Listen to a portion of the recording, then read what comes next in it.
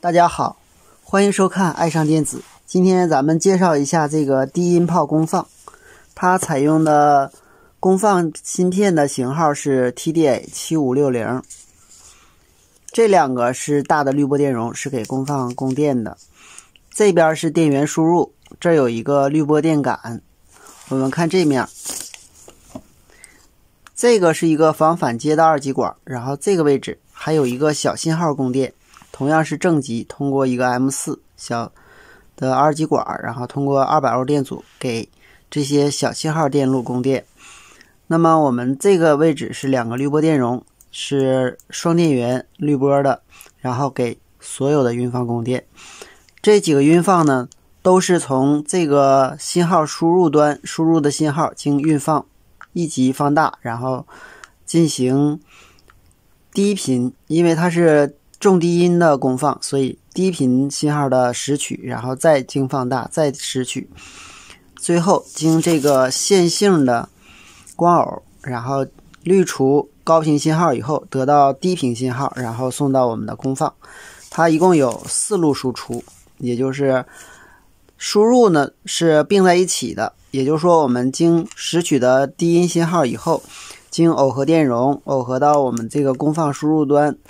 然后呢输入的是低频信号，只有1路输入，然后分4路输入到功放块里，但是呢低频信号只有1路输入。它输出呢有4个，我们看它有4根线输出。这个位置呢是双电源电路，它是利用 CD4017 和4个电容以及这个位置的4个3极管，把单电源变成双电源。它的工作原理是我们的 CD4017 震荡出来的信号，然后驱动这4个3极管交替导通，然后通过电容，然后通过二极管整流以后变成双电源正负双电源，然后呢给我们这个运放供电。我们的运放是刚才我们说过了，是放大信号的。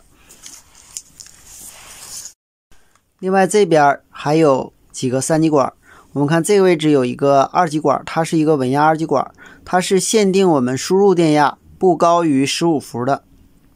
当高于15伏时，这个稳压管击穿，然后把这个高的电压通过电阻分压限流以后，加到这个3极管的机极，使这个3极管导通，那么把我们这个输入功放的